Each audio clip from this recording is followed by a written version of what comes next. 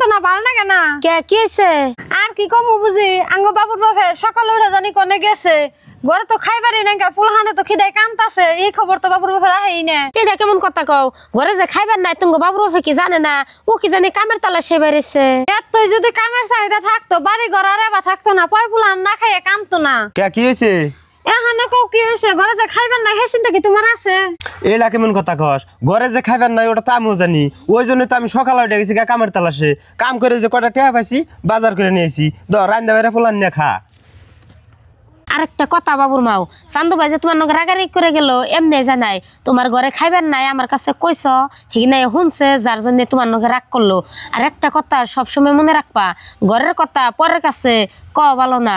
তুমি মনে রাখবে কি একজনের নগে কইবে, হে করবো কি আর পাড়ায় পাড়ায় কইব। সেই জন্যই তুমি যতই কষ্টে থাকো পাড়ার কেউ কাছে না কইয়া দুইজনে আলোচনা করবা, তাও বাড়িতে শান্তি থাকবো। ও বুঝি আমি বুঝছি, যা কবার আন্নের কাছে কছি, আর জীবনে কের কাছে কম না, আর আন্য জানি কের কাছে কন্যা। এখন বুঝি ঘরে এখন আমি আর জান না, তুমি রেন্দে বেড়ে খাও গা যাও। ও বউ